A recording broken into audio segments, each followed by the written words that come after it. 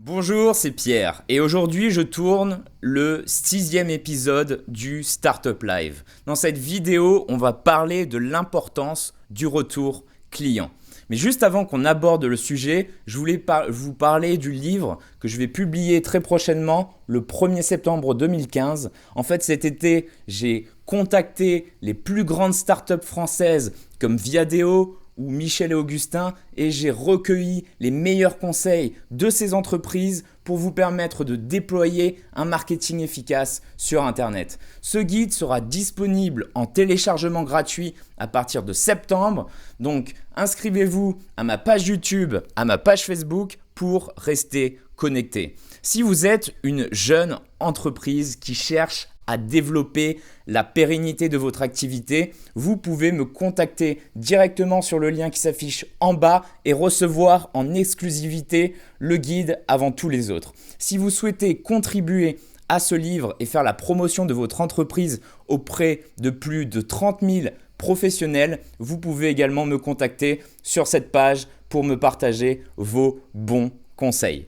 Maintenant, passons au sujet du jour. Si vous avez démarré une présence sur Internet, vous avez remarqué comme moi que les interactions qui se font en ligne ne sont pas de la même qualité que si vous aviez vos clients en face à face. Lorsque vous interagissez avec votre cœur de cible dans la vraie vie, vous pouvez facilement détecter et observer les sentiments tels que la confusion, l'excitation ou l'hésitation. Si vous sentez que la personne ne veut pas acheter chez vous, le premier automatisme, c'est d'engager la conversation avec elle pour traiter les objections et lui lister les bénéfices de votre produit pour influencer sa décision, comme par exemple le prix ou la livraison ou la qualité du produit, etc.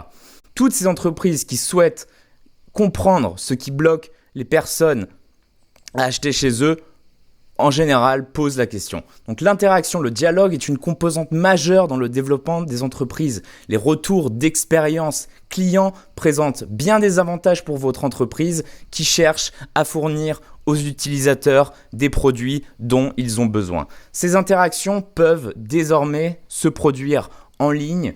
Une excellente façon de commencer, c'est d'utiliser une liste d'outils que je vais vous présenter dans la suite de la vidéo. Comme vous pouvez le voir, à ma droite, lorsque le client potentiel est prêt à quitter la page de vente du magazine Go, une petite fenêtre de dialogue s'affiche en bas à droite pour demander au prospect le pourquoi de son départ.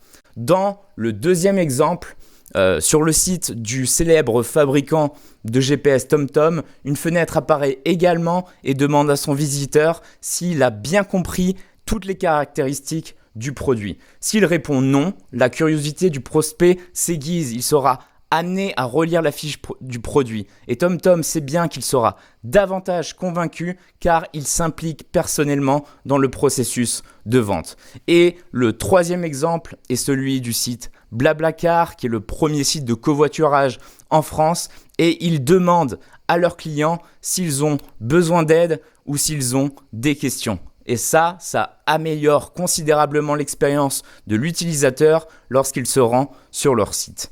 L'avantage d'une telle pratique, c'est que d'une, vous retenez l'attention des clients et de vos prospects en leur demandant leur avis. Votre présence en ligne s'humanise davantage, vous êtes moins institutionnel et votre chance de conclure la vente augmente.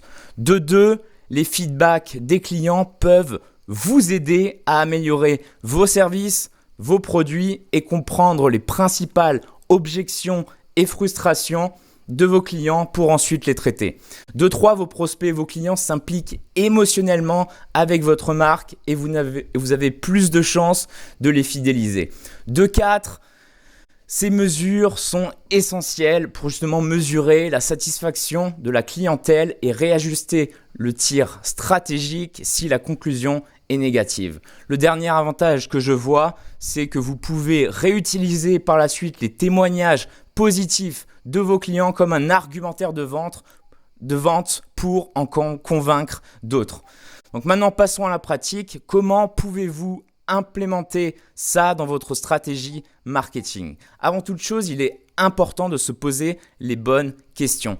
Quelle expérience voulez-vous faire vivre à l'utilisateur? Que ferez-vous des données que vous allez collecter? Et quel canal fonctionne le mieux pour atteindre cet objectif? La première étape, c'est de penser, de réfléchir, d'écrire au genre de questions que vous souhaitez poser aux visiteurs de votre site web, aux visiteurs de vos médias sociaux. Par exemple, demandez-leur si le prix est trop élevé et pourquoi. Demandez-leur si la fiche produit qu'ils ont consultée avait un sens pour eux, ou demandez-leur qu'est-ce qui les a freinés pendant l'achat, etc. Donc voilà, prenez une feuille et écrivez comme ça une liste de 10 questions et choisissez la première question avec laquelle vous souhaitez commencer. L'étape numéro 2, c'est de créer un compte avec l'un des outils que je vous recommande comme Quoi la roue, SurveyMonkey ou FormStack. Si vous êtes sur YouTube ou sur mon blog, je vous mets les liens dans le descriptif de la vidéo en bas. Et si vous êtes sur Facebook, les liens sont en haut. Une fois que votre compte est en place dans l'un de ces 3 fournisseurs, construisez votre formulaire et assurez-vous de la question ou des questions que vous incluez dans votre formulaire. Assurez-vous qu'elles sont faciles à comprendre. La troisième étape, c'est une fois que le formulaire il a été créé, vous allez commencer à le publier pour recueillir des avis. Ça peut être sur les médias sociaux, sur votre site internet, par email ou par téléphone. L'étape numéro 4, c'est d'interpréter les données que vous récoltez tous les vendredis et décider s'il y a des changements stratégiques qui pourraient être apportés. Dans une prochaine vidéo, nous verrons 7 moyens efficaces pour récolter des centaines d'avis clients en quelques jours. Nous verrons également tous les canaux de communication auxquels les marketeurs ne pensent pas pour promouvoir leur questionnaire et pour finir, les outils mis à votre disposition pour traiter ces informations et améliorer votre ligne stratégique. Voilà, c'est tout pour aujourd'hui. C'était Pierre pour Social Impact.